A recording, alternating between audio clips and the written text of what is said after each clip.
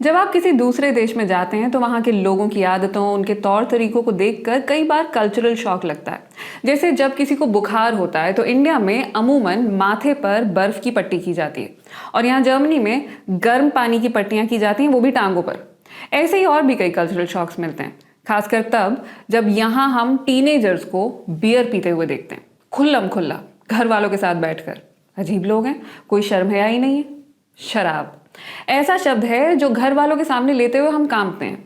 Wine shop वाले भैया भी अखबार में लपेट कर बोतल देते हैं। मतलब सैनिटरी पैड्स और कॉन्डम्स के बाद शायद यही एक चीज़ है जो काली पन्नी में आती है। तो चलिए, बेशर्मी वाले टॉपिक्स की लिस्ट में आज बात अल्कोहल कंजम्पशन की।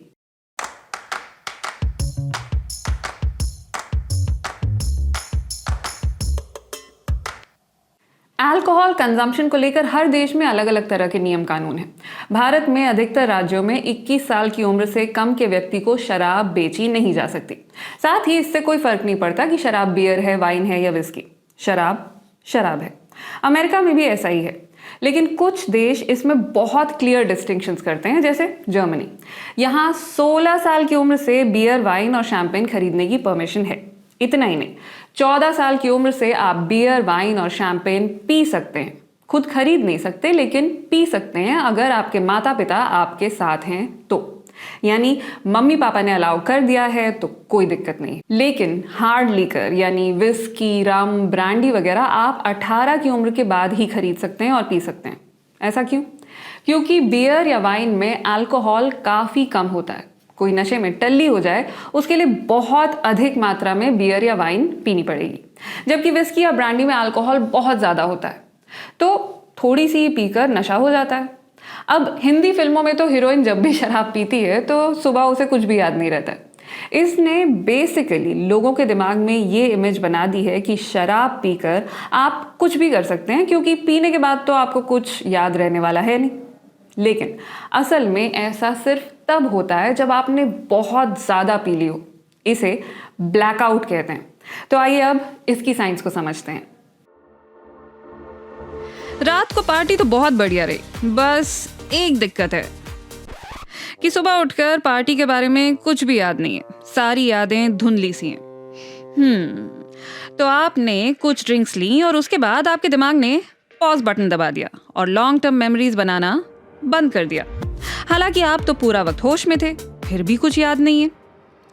ब्लैकआउट के दौरान दिमाग में आखिर होता क्या है, और क्या ब्लैकआउट्स के कारण आपके दिमाग पर इतना बुरा असर पड़ सकता है कि आगे चलकर आपको डिमेंशिया जैसी भूलने की बीमारी हो जाए? टेक्निकली ब्लैकआउट तब होता है जब आप कम वक्त में बहुत सारी शराब पी जाएं, यानी जब आपके खून में अल्कोहल की मात्रा बहुत ज्यादा हो। आपने कितनी ड्रिंक ली है उसके अलावा ये इस बात पर भी निर्भर करता है कि आपका वजन कितना है या फिर आपके जीन्स कैसे हैं। और वजह कुछ भी हो, आप खुद को ब्लैकआउट से बचने के लिए ट्रेन नहीं कर सकते। तो अगर आपका कोई दोस्त खुद को पीने के मामले में बहुत 30 मार्खा समझता है तो वो भी इससे बच नहीं सकता। ब्लैकआउट एग्जैक्टली होता कब है? फर्ज कीजिए आप एक महिला हैं, आपकी उम्र 23 साल है और वजन 60 किलो। अगर आप 2 घंटे के अंदर अंदर वाइन के 5 ग्लास पी जाती हैं तो आपका ब्लड अल्कोहल कंटेंट 0.16% होगा। ऐसे में आपके दिमाग पर असर पड़ेगा और आपको पार्शियल ब्लैकआउट हो सकता है। इसमें आप पूरी तरह से सब नहीं भूलेंगी, आपको कुछ बातें याद रहेंगी। अब अगर आप इसके बाद 4 ड्रिंक और ले लेती हैं तो आपका ब्लड अल्कोहल लेवल 0.3% पहुंच जाएगा। इस हाल में आप पूरी तरह से टल्ली होंगी और आपको पूरी तरह ब्लैकआउट होने की 50% संभावना बन जाएगी। अजीब बात यह है कि पार्टी के दौरान किसी को इस बात का अंदाजा ही नहीं होगा कि आप ब्लैकआउट में जा रही हैं, क्योंकि आप पूरा वक्त होश में हैं। शराब पीने के बाद जो लड़ाइयाँ होती हैं, लड़कियों पर जो यौन हिंसा के मामले होते हैं, वो इसी ब्लैकआउट फेज के दौरान होते हैं। होता यह है कि शराब दिमाग पर हर तरह से असर डालती है। ये हिपोकैम्पस को ठीक से काम करने से रोक देती है। हिपोकैम्पस चीज़ें सीखने और याद रखने, लॉन्ग टर्म मेमोरीज बनाने में अहम भूमिका निभाता है। फर्ज कीजिए ये आपकी शॉर्ट टर्म मेमोरी है और ये आपकी लॉन्ग टर्म मेमोरी। सामान्य परिस्थितियों में हिपोकैम्पस आपकी शॉर्ट टर्म मेमोरी से सारी जानकारी लेगा और लॉन्ग टर्म मेमोरी में उसकी छवि उकेर देगा। तो शराब की गंध, चकाचौंध, नाच गाना, ये सब छवियां मिलकर पार्टी की मेमोरी बनाएंगी। अल्कोहल इस प्रोसेस में बाधा डालता है। वो हिपोकैम्पस के सेल्स पर इस तरह असर डालता है कि वो आपस में ठीक से संपर्क स्थापित नहीं कर पाते हैं। ऐसे में आपके पास पार्टी की सिर्फ कुछ धुंधली सी यादें रह जाती हैं। हाँ, दोस्तों के लिए हुए वीडियोस देखकर आपको शायद कुछ कुछ याद आ जाए, लेकिन अगर आपके शरीर में बहुत ही ज्यादा अल्कोहल मौजूद थी तो किसी भी तरह वो सब आपको याद नहीं आएगा, क्योंकि वो यादें कहीं स्टोर ही नहीं हुई। खैर, असली समस्या ये नहीं है कि आपके दोस्त आपका मजाक उड़ाएंगे, बल्कि ये है कि इसके काफी सीरियस साइड इफेक्ट्स हो सकते हैं।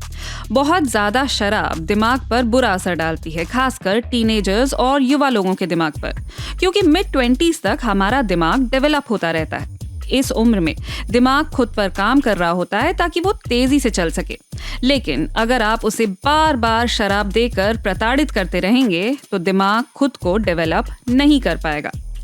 शोध दिखाते हैं कि कम उम्र में बहुत शराब पीने से ब्रेन मैटर का वॉल्यूम और क्वालिटी दोनों खराब होते हैं। यानी शराब पीकर एग्जाम स्टॉप करना सिर्फ फिल्मी कबीर सिंह ही कर सकता है, आप कोशिश ना करें। अब सवाल ये उठता है कि अगर एक उम्र तक खूब शराब पी जाए और बाद में छोड़ दी जाए तो क्या दिमाग खुद को फिर से रिकवर कर लेता है? इस बारे में अभी पूरी जानकारी नहीं है, लेकिन अगर आप हफ्ते में 14 ड्रिंक से ज्यादा लेते हैं, यानी दिन की 2 ड्रिंक से अधिक, तो आपको डिमेंशिया होने की संभावना अधिक है, क्योंकि शराब धीरे धीरे आपके ब्रेन सेल्स को नष्ट करती है। डिमेंशिया आपके लिए काफी खतरनाक साबित हो सकता है। आप अपनी जिंदगी भर की यादें खो सकते हैं। हालांकि शराब डिमेंशिया का एकमात्र कारण नहीं है। अनहेल्दी लाइफस्टाइल और बढ़ती उम्र के कारण भी लोगों को ये बीमारी होती है। सीधी बात यह है कि शराब पीने का कोई अच्छा या सेहतमंद तरीका नहीं होता, इसलिए जितनी कम पिएं उतना बेहतर। एक आध बार ब्लैकआउट से आपके दिमाग पर कोई लॉन्ग टर्म डैमेज नहीं होगा, लेकिन अगर बार बार ब्लैकआउट्स हो रहे हैं तो संभल जाइए। डॉक्टर्स रेकमेंड करते हैं कि महिलाओं को एक दिन में 1 से ज्यादा और पुरुषों को एक दिन में 2 से ज्यादा ड्रिंक्स नहीं लेनी चाहिए।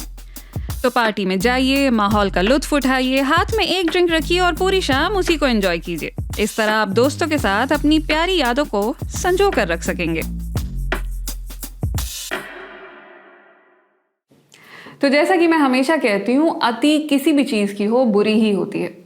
भारत में ड्रग डी एडिक्शन सेंटर्स के आंकड़े दिखाते हैं कि नशे की लत से जूझ रहे पुरुषों में से 40% ने 10 से 19 साल की उम्र के बीच ही शराब पीना शुरू कर दिया था। और तो और मेडिकल स्टूडेंट्स पर हुए शोध में पाया गया कि 25% ने 15 से 17 की उम्र में पहली बार शराब पी थी, यानी लीगल एज से पहले, घर वालों से छिप छिपाकर। इतनी कम उम्र में शराब क्यों पी? इस बात के जवाब में ज्यादातर का कहना था कि उन्हें क्यूरियोसिटी थी, ये जानने की कि शराब पीने से होता क्या है। अल्कोहल कंज्यूम करने वाले ज्यादातर टीनेजर्स को उसके नुकसान के बारे में कुछ भी मालूम नहीं था। और मालूम क्यों नहीं था? क्योंकि हम इस पर खुलकर बात नहीं करते हैं।